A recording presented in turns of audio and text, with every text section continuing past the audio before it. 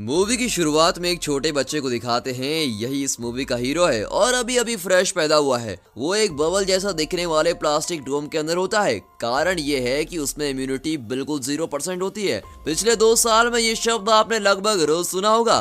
रोग से लड़ने के लिए शरीर में जो क्षमता होती है उसे इम्यूनिटी कहते हैं और ये पैदाइशी क्षमता होती है। जब हमें बुखार या कोई रोग होता है तो हमारा शरीर इस इम्यूनिटी की मदद से उस रोग के कीटाणु को खत्म कर देता है और हमें बचाता है। पर इस बच्चे में बिल्कुल भी इम्यूनिटी नहीं होती, इसलिए उसे एक प्लास्टिक डोम के अंदर रखा होता है ताकि उसे कोई भी कीटाणु अटैक न कर सके।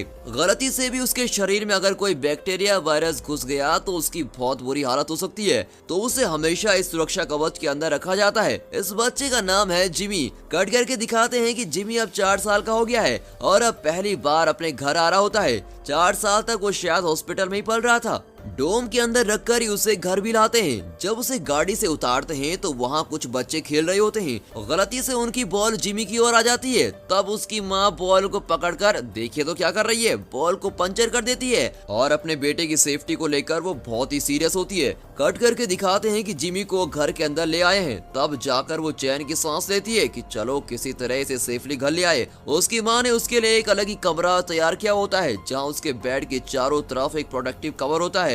उसके अंदर जिमी की जरूरत की सारी चीजें होती है, जैसे उसके खेलने की चीजें, उसके पढ़ने के लिए बुक्स, उसके कपड़े, लगभग सब कुछ होता है। लेकिन प्यार से वो उसे अपने हाथ से सहला भी नहीं सकते। उसके लिए भी उन्हें एक भारी ग्लव्स पहनने पड़ते हैं। कट करके दिखाते हैं कि अब जिमी बड़ा हो जाता है और वो 12 साल का हो गया होता है। घर के अंदर प्लास्टिक के बड़े बड़े ट्यूब्स रखे गए होते हैं जिनके अंदर से जिमी एक जगह से दूसरी जगह जा सकता है। वो हॉल में बैठकर अपनी माँ के साथ टीवी देखता है और इसी तरह डोम के अंदर वो पल रहा होता है और उसकी माँ उसकी सुरक्षा का बहुत ध्यान रखती है। उस एरिया के कुछ बच्चे जिमी का डोम देखकर खुद भी प्लास्टिक कवर पहनकर उसका बहुत मजाक उड़ाने लगते हैं। बबल जैसे डोम की वजह से वो उसे बबल बॉय कहकर चिढ़ाते रहते हैं। अब जिमी की माँ गुस्सा होकर उन बच्चों पर पानी डाल देती है और वहाँ से उन्हें भगा देती है। कट करके दिखाते हैं कि जिमी की माँ उसे खाना देती है। खाना भी एक बड़े ट्यूब जैसे रास्ते से उसे दिया जाता है। फिर वो ट्यूब का लिड बंद करके एक बटन दबाती है जिससे अंदर एक गैस फैलती है। ये गैस एक सैनिटाइजर होती है जिससे वो खाने पे लगे सारे बैक्टीरिया खत्म कर देता है। उसके बाद ही जिमी खाना शुरू करता है।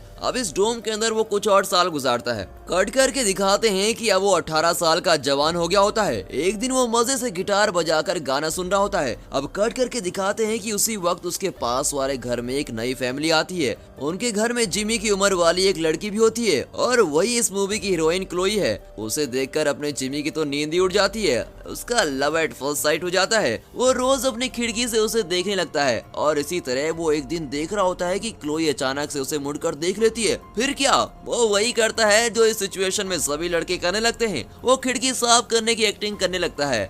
इस लव स्टोरी के बीच एक दिन क्लोई अपने दोस्तों के साथ कार में अपने घर आती है। उसका एक दोस्त कहता है, हे क्लोई, तुम्हारा जो पड़ोसी है वो हमेशा एक कवर में बंद रहता है। उसे हम बबल बॉय कहते हैं क्योंकि वो एक बबल जैसी चीज के अंदर ही रहता है। वो घर से बाहर नहीं निकलता। लगता है वो अपने घर में पूरी जिंदगी काटेगा। एकदम डरपोक लड़का है। इतने में दूसरा कहता है, हाँ यार, तूने बिल्कुल ठीक कहा। एक्चुअली वो इंसान ही नहीं है, वो एक एलियन है, इसलिए उसकी माँ उसे किसी और से मिलने जुलने ही नहीं देती। अपने दोस्तों की बातें सुनकर क्लोई जरा चिढ़ जाती है और कहती है, अरे चुप रहो यार, किसी की बीमारी का इस तरह मजाक नहीं उड़ाना चाहिए। क्या तुम नहीं जानते कि जन्म से उसके शरीर में इम्यूनिटी बिल्कुल नहीं है। एक भी कीटाणु अगर अंदर चला गया तो बेचारे की जान को खतरा हो सकता है। इसीलिए उसके पेरेंट्स उसे बहुत सेफली रखते हैं और तुम इडियट्स की तरह उसका मजाक उड़ा रहे हो। थोड़ा दिमाग से काम लिया करो। इस तरह वो उन्हें डांट कर घर के अंदर चली जाती है। अब कट करके दिखाते हैं कि क्लोई जिमी के बारे में सोच रही होती है। वो ये जानना चाहती है कि सारा दिन जिमी अपने डोम के अंदर बैठा रहता है और करता क्या होगा।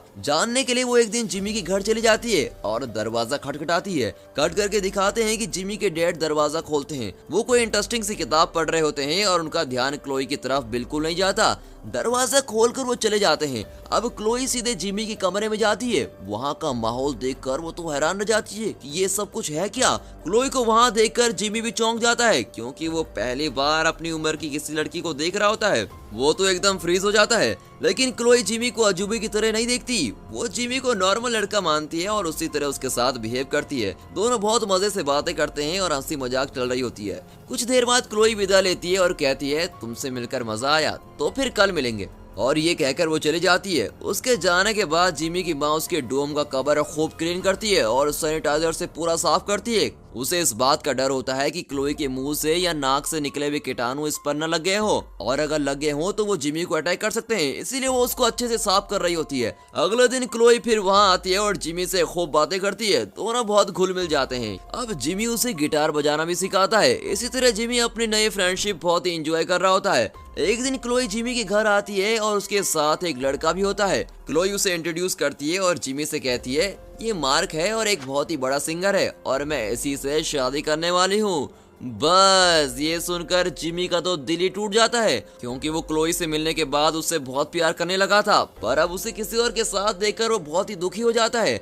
इतने में क्लोई कहती है, हम डिनर पर जा रहे हैं, मैं तुमसे बाद में मिलूंगी, ओके। अब ये कहकर क्लोई और मार्क चले जाते हैं। 2-3 दिन बाद क्लोई जिमी से मिलने फिर आती है और कहती है, मेरी शादी मार्क के साथ फिक्स हो गई है और 3 दिन बाद मेरी शादी है और वो भी नायग्रा फॉल्स में, तुम्हें भी जरूर आना पड़ेगा। ये सुनकर जिमी मायूस हो जाता है और उसे फ्रस्ट्रेशन होने लगती है और गुस्से में न जाने वो क्लोई को क्या क्या कह जाता है। क्लोई समझ नहीं पाती कि वो अचानक इस तरह क्यों बिहेव कर रहा है। उसके गुस्से की वजह को भी वो नहीं जानती और वो भी अपसेट होकर वहाँ से चली जाती है। उसके जाने के बाद जिमी उसे भूल नहीं पाता। तब वो हमारे फिल्मी हीरो की तरह फैसला करता है कि किसी भी तरह मैं उसकी शादी को रोक दूंगा, पर वो अपने डोम से बाहर तो निकल नहीं सकता। फिर वो क्लोई के पास, और वो भी नायग्रा फॉल्स कैसे पहुंचेगा? और इतना ही नहीं, उसके तो कोई दोस्त भी नहीं होते जो उसकी मदद कर सके। पर जिमी बहुत ही इंटेलिजेंट होता है। वो एक ऐसा सूट डिजाइन करता है जिससे उसकी बॉडी को प्रोटेक्शन मिल सके और जिसे वो पहनकर घूम फिर सके। अब लड़की के चक्कर के कारण वो उसी रात उस सूट को तैयार कर लेता है और सुबह होते ही वो बिना किसी को बताए घर से निकल जाता है। उसके पेरेंट्स को पता चलता तो वो उसे बाहर जाने के लिए कभी अलाउ नहीं करते और इसी वजह से वो चुपचाप वहाँ से निकल जाता है। कट करके दिखाते हैं कि वो बाहर की दुनिया में पहली बार कदम रखने चला गया और उसका चेहरा और मन दोनों ही खिल जाते हैं। 18 साल से वो घर के अंदर ही बंद था और घर से बाहर निकलकर उसका खुशी का ठिकाना नहीं होता और इसी खुशी के साथ वो उस जगह से निकल जाता है। कट करके दिखाते हैं कि वो अपने घर से कुछ दूर एक बस स्टॉप पर पहुंच जाता है और वहां टिकट्स देने वाला आदमी से कहता है, मैं नायग्रा फॉल्स जाना चाहता हूं, उसके लिए कहां से बस मिलेगी? वो आदमी कहता है, बस तो जरूर मिलेगी, पर तुम्हें वहां जाने के लिए $500 लगेंगे। अब जिमी कहता है, उतने पैसे तो नहीं है मेरे पास। वो आदमी चिढ़कर कहता है, पैसे के बिना कुछ नहीं हो सकता, बस में जाना है तो पैसे लाओ या फिर सड़क के बीच में जाकर खड़े जाओ, फिर तुम बस में चढ़ो या तुम पर बस चढ़े। इस तरह बेहुदा का जोक करके वो जिमी को वहाँ से जाने को कहता है। उस आदमी की बात सुनकर जिमी परेशान हो जाता है और मायूस होकर वहाँ से लौट रहा होता है। तभी एक बस उससे टकरा जाती है, पर उसका बबल कवर उसकी सुरक्षा कर लेता है और उसको बचा लेता है। उस बस से कुछ लड़के उतरते हैं और जिमी के पास आते हैं। वे शायद किसी टूर पे निकले हैं। पास आकर वे हैरान हो जाते हैं कि ये लड़का इसके अंदर कर क्या रहा है। जो भी हो, जिमी इस बड़े एक्सीडेंट से बच गया होता है और उसका बबल भी बिल्कुल ठीक था। इतना ही नहीं, अगर उसे कुछ होता तो बस के ड्राइवर को भी जेल हो जाती। और कुछ देर उनसे बात करने के बाद वो बताता है कि मैं अपनी गर्लफ्रेंड की शादी रोकने जा रहा हूँ और मुझे नायग्रा फॉल्स जाना है, क्या आप लोग मुझे वहाँ तक लिफ्ट दे सकते हैं? लड़के कहते हैं, अरे वाह, व्हाट अ कोइंसिडेंट, हम भी तो उसी ओर जा रहे हैं, हम तुम्हें वहाँ जरूर ले जाएंगे। जिमी बहुत ही खुश हो जाता है। फिर वे जिमी को अपने बस में लेके जाते हैं और बस के अंदर सब खुश हो जाते हैं और उन लोगों का नाच गाना चल रहा होता है। अब कट करके दिखाते हैं कि घर में जिमी की माँ उसके लिए नाश्ता लेकर आती है, पर जिमी को वहाँ न पाकर वो चिल्लाने लगती है और सारा घर सर पे उठा लेती है। कट करके फिर जिमी को दिखाते हैं जो उन लड़कों के साथ मजे में बस में जा रहा होता है। उस ग्रुप की एक लड़की से वो कहता है, हे तुम बहुत सुंदर हो, मेरे साथ चलोगी? ये सुनकर उस लड़की को अजीब लगता है और जिमी का कोई फ्रेंड नहीं होता और वो जानता ही नहीं कि दूसरों से कैसी बात करनी चाहिए। उसकी बात करने का तरीका उन लोगों को अजीब लगता है। वो लड़की अपने साथियों से कहती है कि ये लड़का मुझे ठीक नहीं लग रहा, ये मुझे अपने साथ चलने को कह रहा है। इस बात से चिढ़कर उस ग्रुप के लड़के जिमी को रास्ते में ही बस से उतार डालते हैं और उस रेगिस्तान जैसी जगह पर वो बेचारा अकेला पड़ा है। कट करके जिमी की मॉम को दिखाते हैं जो पुलिस को फोन करती है और बताती है कि मेरा बेटा लापता हो गया है, प्लीज उसे ढूंढ लीजिए। कट करके जिमी को दिखाते हैं उसकी समझ में नहीं आता कि उसकी किस गलती के कारण उन लोगों ने उसे बस से बाहर डाल दिया। अब बाहर की दुनिया का चाल चलन उसे बिल्कुल अजीब लगता है और बाहर की दुनिया वालों को उल्टा वो अजीब लग रहा होता है। वो उसी बस के रास्ते में चलने लगता है। तभी देखता है कि रास्ते में एक आदमी अपनी बाइक ठीक कर रहा होता है। जिमी उससे मदद मांगता है। इसे देखते ही वो आदमी डर जाता है और हाथ में एक चाकू लिए जिमी को धमकाता है और कहता है, कौन हो तुम? एलियन हो क्या? मुझे किडनैप करने आए हो? मेरे पास मत आना वरना चाकू से मार डालूंगा। कट करके दिखाते हैं कि बस के लोग एक जगह पर पहुंच जाते हैं। वे आर्कियोलॉजी के स्टूडेंट होते हैं और किसी रिसर्च ट्रिप पर आए हुए होते हैं। उस जगह पर वो कोई पुरानी इंस्क्रिप्शन को देख रहे होते हैं। उनका प्रोफेसर कहता है, देखो उस जमाने में लोग भगवान को इसी रूप में दर्शाते थे। उनके चारों ओर रोशनी का एक चक्र होता है और भगवान हमेशा उसी चक्र के अंदर होते हैं। ये सुनकर वे चौंक जाते हैं क्योंकि वे उसी रूप में अभी भी एक लड़के को देख कर आए थे। वे सोचते हैं तो भगवान ने ही हमसे लिफ्ट मांगी थी और अनजाने में हमने उसे मार मार कर बस से नीचे ढकेल दिया। अब कट करके दिखाते हैं कि जिमी उस आदमी को अपनी कहानी बता रहा होता है। वो आदमी जिमी की बातों पर अब विश्वास करने लगता है और पूछता है कि उसे कहाँ जाना है। जिमी कहता है मुझे नायग्रा फॉल जाना है। जिमी का डेस्टिनेशन सुनकर वो आदमी उसे लिफ्ट देने को तैयार हो जाता है और फिर कहता है मैं तुम्हें कुछ दूर तक लिफ्ट दे दूंगा। कट करके दिखाते हैं कि अब ये लॉस वेगस को क्रॉस कर रहे होते हैं और ये एक बहुत ही बड़ी सिटी है जहाँ जिमी उसे देखकर बहुत ही हैरान हो जाता है क्योंकि वहाँ के लोग शराब और पार्टीज में बहुत ही इंजॉय कर रहे होते हैं। वो शहर कैसीनोज और बार से भरा होता है। अगर पैसे हो तो वहाँ खूब इंजॉय हो सकता है, बिल्कुल अपने गोवा की तरह। उसके चेहरे पर इतनी हैरानी देखकर वो आदमी पूछता है क्या तुम पहली बार यहाँ आ रहे हो? तब तो तुम्हारे देखने के लिए बहुत सारी चीजें यही हैं, तुम यहाँ जरूर एंजॉय करोगे, चलो मैं तुम्हें शहर दिखाता हूँ। ऐसा कहकर वो जिमी को एक कसिनो में लेके जाता है और जिमी मजे से अंदर जाता है और बहुत सारे गेम्स खेलता है। तभी उसे ख्याल आता है कि 2 दिन में क्लोई की शादी है और उसे भूलकर मैं यहाँ बेकार में वक्त बर्बाद कर रहा हूँ। फिर वो उस आदमी के पास जाकर कहता है सर आप मुझे यहाँ से लेके चलिए, मुझे जल्द से जल्द नायग्रा फॉल जाना है। वो आदमी कहता है भाई थोड़ी देर रुक तो जाओ, अभी तो यहाँ आए हैं, मुझे एक और बार खेलने दो, जो हारा हूँ उसे जीतना भी तो है। पर जिमी को उसकी बातें समझ में नहीं आती। तभी वो वहाँ रखे एक बाइक को देखता है और वहाँ चल रहे किसी गेम के विनर के लिए वो बाइक रखी होती है। उस बाइक को जिमी उठा लेता है। कट करके दिखाते हैं कि जिमी के पेरेंट्स भी उसे ढूंढते हुए लॉस वेगस पहुंच जाते हैं। तभी ये बाइक वाला भी बाहर आकर जिमी को ढूंढने लगता है और उसी वक्त बस के वो लड़के भी जिमी को भगवान समझकर ढूंढते हुए वहां पहुंच जाते हैं। वे बाइक वाले से पूछते हैं यहाँ आपने किसी लड़के को देखा जिसके शरीर पर बलून जैसा कुछ बना हुआ था? ये सुनकर वो बाइक वाला बहुत गुस्सा होता है और कहता है तुम ही शैतान लड़कों ने उसे गाड़ी से नीचे उतार दिया था, वो खुद इतना बेचारा है और तुमने उसके साथ ऐसा किया, मैं तुम लोगों को नहीं छोड़ूंगा। और ऐसा कहकर वो उन्हें चाकू दिखाता है। वे लोग वहां से भाग जाते हैं। इतना ही नहीं, उनकी बस उस आदमी की बाइक को भी डैमेज कर देती है और बाइक वाले का गुस्सा और बढ़ जाता है और वो चिल्लाता है तुम लोगों को मैं जिंदा नहीं छोड़ूंगा। कट करके दिखाते हैं कि जिमी मजे से बाइक में जा रहा होता है और उसके आगे एक कार जा रही होती है जिसमें उसके पेरेंट्स जा रहे होते हैं। उन्हें देखकर जिमी चौंक जाता है और उसे देखकर वो भी चौंक जाते हैं। इस वजह से दोनों ही अपना बैलेंस खो देते हैं और उनकी कार जिमी की बाइक से टकरा जाती है। जिमी इस बार भी अपने बबल की वजह से बच जाता है। वो बबल कवर कर्ण के कवच की तरह हमेशा उसकी रक्षा करता है, पर टकराने की वजह से उसका बबल बाउंस होने लगता है और वो एक बॉल की तरह बाउंस होता हुआ सीधे एक ट्रेन के कंपार्टमेंट में जा रुकता है और इसी बीच वो बेहोश भी हो जाता है। कट करके दिखाते हैं कि जिमी के पेरेंट्स ये देखकर बहुत बड़े शॉक में होते हैं। फिर कट करके दिखाते हैं कि सुबह हो गई होती है और जिमी आंखें खोलता है। उसके सामने कई सारे जानवर और कुछ पुतले होते हैं। वहाँ कुछ लोग भी होते हैं जो देखने में अजीब लगते हैं।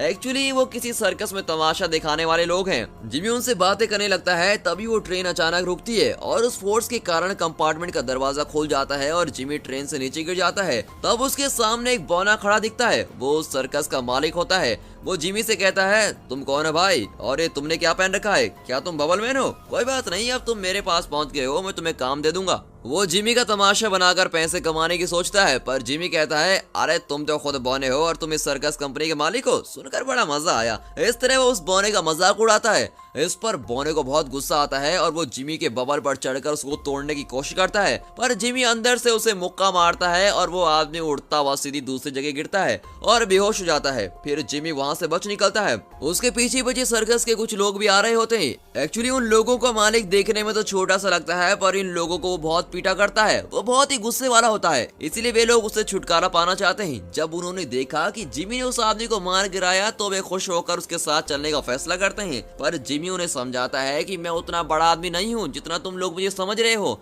और यही नहीं, मेरे साथ चलना तुम लोगों के लिए सेफ नहीं होगा। किसी तरह उन्हें मनाकर वो अकेला ही चल देता है। अब कट करके दिखाते हैं कि वो एक होटल पहुंचता है। वहाँ इंडिया का एक आदमी खाना खा रहा होता है। उस आदमी का नाम पुष्पॉप है। उसके सर पर पगड़ी होती है। वहाँ के कुछ लोग उसका मजाक उड़ा रहे होते हैं कि यह आदमी एकदम जोकर की तरह दिखता है और इसकी टोपी तो देखो कितनी अजीब लग रही है। जिमी वहाँ पहुँचता है और कहता है तुम लोग उसका मजाक क्यों उड़ा रहे हो? ये उनके देश का पहनावा है, इंडिया जानते हो ना, ये वहीं से आया है, किसी के कल्चर का मजाक उड़ाना ठीक नहीं है। उनमें से एक आदमी पूछता है अच्छा तो तुम कौन हो? तुम खुद ही एक मजाक लग रहे हो और इस बबल के अंदर कर क्या रहे हो? देखने में तो तुम बच्चे लगते हो और इसकी सपोर्ट करोगे, अब देखो मैं तुम्हारा क्या हाल करता हूँ। ये कहकर वे लोग जिमी को होटल में बंद कर देते हैं और बाकी लोगों को बाहर भेज देते हैं। फिर वे उस होटल में आग लगा देते हैं। लगता है वे उस एरिया के गुंडे हैं और जिमी का सवाल उन्हें पसंद नहीं आया। होटल बुरी तरह से जलने लगता है। अगर जिमी का बबल जल गया तो वो मर जाएगा। बेचारा जिमी खुद को बचाने के लिए यहाँ वहाँ भाग रहा होता है। इतने में पुष्पा अपना ट्रक होटल के पिछले दरवाजे पर लाता है और जिमी को ट्रक में चढ़ने को कहता है। इस तरह वे दोनों वहाँ से बच निकलते हैं। कट करके दिखाते हैं कि जिमी के पेरेंट्स उस ट्रेन को चेस करते हैं जिसमें जिमी गिरा था और किसी तरह वे उस ट्रेन को पकड़ लेते हैं और उस कंपार्टमेंट में जाकर ढूंढते हैं, पर वहाँ जिमी नहीं होता। फिर वे उस सर्कस के मालिक से पूछते हैं। वो कहता है मैं जानता हूँ वो कहाँ गया है और मैं आपको जरूर बताऊंगा, पर एक शर्त पर जाऊंगा, तुम मुझे भी वहाँ ले जाओगे। वो उनके साथ चलकर जिमी से बदला लेना चाहता था। कट करके दिखाते हैं कि जिमी और पुष्पा बातों में मस्त ट्रक में जा रहे होते हैं और जिमी अपनी पूरी कहानी उसको सुनाता है। उसे सुनते हुए पुष्पा गाड़ी चला रहा होता है। अचानक गाड़ी के सामने एक गाय आ जाती है, पर ब्रेक मारने से पहले ही वो गाड़ी के नीचे आ जाती है। ये एक एक्सीडेंट था, पर फिर भी पुष्पा को बहुत बुरा लगता है कि बेजुबान गाय को उसने मार दिया। वो फूट फूट कर रोने लगता है।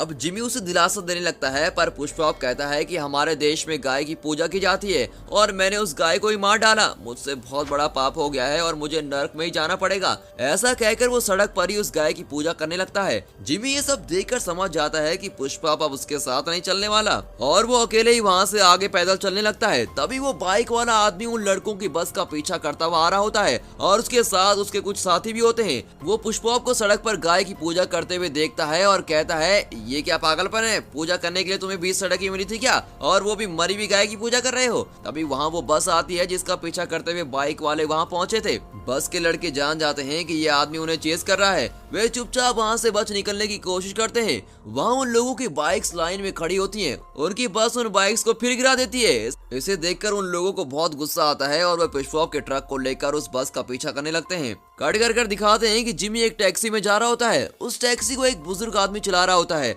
और उसी के भरोसे जिमी नायग्रा फॉल्स जा रहा होता है। कट कर दिखाते हैं कि बाइक वाले पुष्पा की ट्रक में बस का पीछा कर रहे होते हैं। फिर दिखाते हैं कि जिमी के पेरेंट्स उस बॉने को साथ लेकर जिमी को ढूंढ रहे होते हैं। अब जिमी एक होटल से खाना खरीदकर वापस आ रहा होता है। इतने में बस वाले लड़के आ जाते हैं और जिमी को देखकर वो उसके पैर पर गिरकर कहते हैं, हे भगवान, हम आपकी तलाश में थे, हम यहाँ आ गए हैं, हे भगवान हमारी बस में चढ़ जाए। वे जिमी को उठाकर अपनी बस में लेके जाते हैं और उससे पूछते हैं, ये कैसा गोला है जो आपने अपने शरीर में पहन रखा है, ये भारी होगा ना, इसे तोड़कर हम आपका वजन कम करते हैं, ये सेवा करने का मौका हमें जरूर दीजिए। और ये कहकर वो बबल को तोड़ने लगते हैं। तभी वहाँ सर्कस के लोग भी आ जाते हैं। जिमी ने उन्हें उनके मालिक से बचाया था, इसीलिए वे अब जिमी को उन लोगों से बचाने में लग जाते हैं। इसी वजह से दोनों ग्रुप में लड़ाई हो जाती है। सिचुएशन अब बहुत ही खराब हो गई होती है। कट करके क्लोई को दिखाते हैं जो टीवी न्यूज देख रही होती है। वो चैनल चेंज करती है, पर चैनल में बबल से रिलेटेड ऐड चल रहे होते हैं। जब भी कोई बबल का जिक्र होता है तो क्लोई को जिमी की याद आने लगती है। वो सोचती है, मुझे इस तरह नाराज होकर नहीं आना चाहिए था,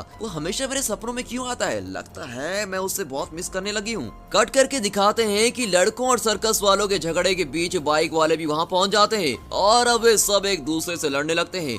माहौल और भी खराब होने लगता है। इन लोगों के झगड़े के बीच जिमी उस टैक्सी में वहाँ से निकल जाता है। कट करके अगले दिन सुबह दिखाते हैं कि जिमी टैक्सी में सो गया होता है और टैक्सी अभी भी चल रही होती है। बुजुर्ग रात भर टैक्सी चला रहा था। इतना ही नहीं, वो अब भी बड़ी खुशी से टैक्सी चला रहा होता है। उसकी तंदुरुस्ती देखकर जिमी हैरान रह जाता है और पूछता है, दादाजी इस उम्र में भी आप इतनी देर तक गाड़ी कैसे चला पाते हो, आप एकदम सुपर हो सच में। पर उसकी इस प्रशंसा का कोई जवाब नहीं मिलता। एक्चुअली बात ये होती है कि दादाजी आंखें खोलकर सो रहे होते हैं। उन्होंने यूं ही स्टीयरिंग पर हाथ रखे होते हैं और गाड़ी खुद चल रही होती है। ये जानकर जिमी चौंक जाता है और बुजुर्ग को कोसने लगता है, अरे दादाजी इस तरह पूरी रात गाड़ी चलाए थे क्या, मुझे मार डालोगे क्या। तभी आगे एक बोर्ड दिखता है जिस पर डेड एंड लिखा होता है और जिमी अचानक ब्रेक दबाता है और फोर्स की वजह से उस कार से उड़कर सीधे उस पोस्टर को फाड़ता हुआ दूसरी ओर गिरता है। लेकिन इस बार फिर से उसका बबल ही उसे बचा लेता है। फिर वो पास के एक टेलीफोन बूथ से क्लोई को कॉल करता है, पर क्लोई के बजाय उसका बॉयफ्रेंड मार्क फोन उठाता है और पूछता है, कौन बोल रहा है। जिमी कहता है, मैं बबल बॉय बोल रहा हूँ। मार्क कहता है, ठीक है, पर तुम क्लोई को क्यों फोन कर रहे हो। अब जिमी कहता है, मैं उससे बहुत प्यार करता हूँ, ये बात मैं उसे बताना चाहता हूँ, इसीलिए मैंने कॉल किया है। जिमी बिना डरे उसे पूरी बात साफ साफ बता देता है। अब ये सुनकर मार्क को गुस्सा आता है और कहता है, अबे इतनी हिम्मत आ गई तुझ में, मैं क्लोई से शादी करने वाला हूँ और तुम हमारी शादी को रुकवाने आए हो। तुम मेरे बारे में नहीं जानते। अगर तुम यहाँ नजर आए तो तुम्हें जिंदा नहीं छोड़ूंगा। और तुम उससे शादी करके करोगे क्या? क्या तुम उसे खुश रख पाओगे? तुम उसे छू भी नहीं पाओगे। अपने बलून से बाहर निकलते ही तुम मर जाओगे। तुम में तो जरा भी इम्यूनिटी नहीं है और तुम शादी करके करोगे क्या? तुम्हारे बच्चे कैसे होंगे? प्रैक्टिकली सोचने की कोशिश करो। तुम जानते हो ना वो कभी नहीं होगा। मैं तुम्हें एक एडवाइस देता हूँ, तुम क्लोई को पूरी तरह से भूल जाओ और घर वापस लौट जाओ। इतना कहकर वो कॉल कट कर देता है। उसकी बात सुनकर अब जिमी सोचने लगता है कि मार्क बिल्कुल सही कह रहा था। मेरा प्यार सच्चा है पर मुझे शादी, बाल बच्चे और फैमिली के बारे में सोचना नहीं चाहिए। इस रियलाइजेशन के बाद वो अपनी माँ को फोन करके अपना लोकेशन बताता है और कहता है मुझे पिकअप करने के लिए आ जाओ। फिर वो बूथ से बाहर आकर बैठ जाता है और बहुत दुखी होता है। कुछ देर में उसके पेरेंट्स उस जगह पर आकर जिमी के पास पहुंच जाते हैं। उसकी माँ बहुत रोती है और कहती है बेटा इस तरह बिन बताए घर से क्यों निकल आए? ये दुनिया तुम्हारी तरह मासूम नहीं है। तुम यहाँ अकेले खुद को नहीं संभाल पाओगे। अगर तुम किसी मुसीबत में फंस गए तो हमारा क्या होता? अच्छा वह हमने तुम्हें ढूंढ निकाला। चलो बेटा अब घर चलते हैं। अब जिमी कार में बैठ जाता है। तभी उसकी माँ पास में एक दुकान के अंदर जाती है। जिमी की उदासी देखकर उसके पापा पूछते हैं इतना मायूस होने की क्या बात है बेटा? जिमी कहता है मैंने अपनी लाइफ में पहली बार एक लड़की को देखा और मैं चाहता हूँ कि वो पूरी लाइफ मेरे साथ रहे, पर मैं अपना सपना पूरा नहीं कर सकता क्योंकि मुझ में इम्यूनिटी तो है ही नहीं। और जब मैं खुद बबल से बाहर नहीं आ सकता तो उसको पूरी लाइफ कैसे खुश रख पाऊंगा? इस तरह वो अपने दिल की सच्चाई बता रहा होता है। उसके पापा कहते हैं बेटा अगर इंसान कोई फैसला ले ले और उस फैसले पर डटा रहे तो इस दुनिया में कोई भी ताकत उसे रोक नहीं पाएगी। तुम खुद पे विश्वास रखो। तुम उस लड़की के साथ रहना चाहते हो ना, तो फिर हिम्मत से काम लो। तुम्हें कोई नहीं रोक पाएगा और तुम्हें कुछ भी नहीं होगा। इस तरह उसके पापा उसे खूब मोटिवेट करके वहाँ से चले जाते हैं। अब जिमी को अपने पर पूरा विश्वास होता है। उसकी माँ वापस आकर देखती है कि जिमी वहाँ होता ही नहीं। इतना ही नहीं, उसके पापा खुशी से हंस रहे होते हैं। कट कर कर दिखाते हैं कि जिमी तेजी से दौड़ रहा होता है, पर उसके ठीक पीछे कार में उसकी माँ चिल्लाती हुई आती है कि बेटा रुक जाओ, इस तरह हमें छोड़कर फिर से मत जाओ। तभी बस भी वहां आ जाती है और उसके अंदर से लड़के चिल्ला रहे होते हैं कि हे भगवान आप कहां जा रहे हैं, प्लीज रुक जाइए। उनके पीछे बाइक वाले भी होते हैं जो अपने हिस्से का चिल्ला रहे होते हैं कि हम तुम्हें नहीं छोड़ेंगे। और इस तरह सभी उसका पीछा कर रहे होते हैं। तभी वहां एक छोटा सा एरोप्लेन आता है और उसे चलाने वाला और कोई नहीं, वही बुजुर्ग टैक्सी ड्राइवर होता है। लगता है एक्सीडेंट में वो बच गया था। सच में उसकी लाइफ लाइन बहुत स्ट्रांग है। तभी जिमी झट से उसकी प्लेन में चढ़ जाता है और दोनों वहां से उड़ जाते हैं। कट करके दिखाते हैं कि चर्च में क्लोई और मार्क शादी के लिए बिल्कुल तैयार खड़े होते हैं। कट करके दिखाते हैं कि जिमी और बुजुर्ग अब नायग्रा फॉल्स के ऊपर उड़ रहे होते हैं। वाटरफॉल को देखकर जिमी उछलने लगता है और कहता है वाह, मेरी लाइफ में मैंने इतना खूबसूरत दृश्य कभी नहीं देखा। पर अचानक एरोप्लेन का पेट्रोल खत्म हो जाता है। अब जिमी बुजुर्ग को डांटता है कि प्लेन तो तुम लेकर आ गए पर उसका पेट्रोल चेक क्यों नहीं किया तुमने?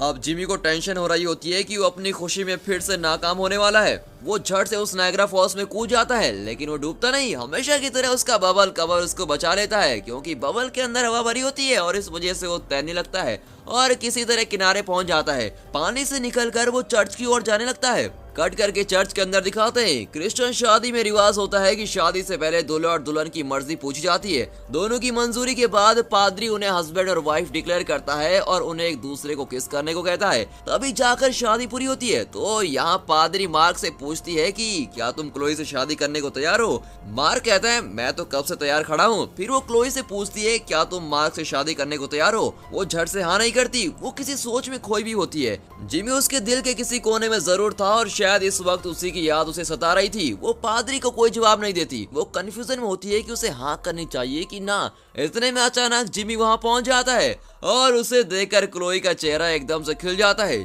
जिमी के लिए उसके दिल में प्यार था पर इस वक्त तक वो उसे समझ नहीं पाई थी।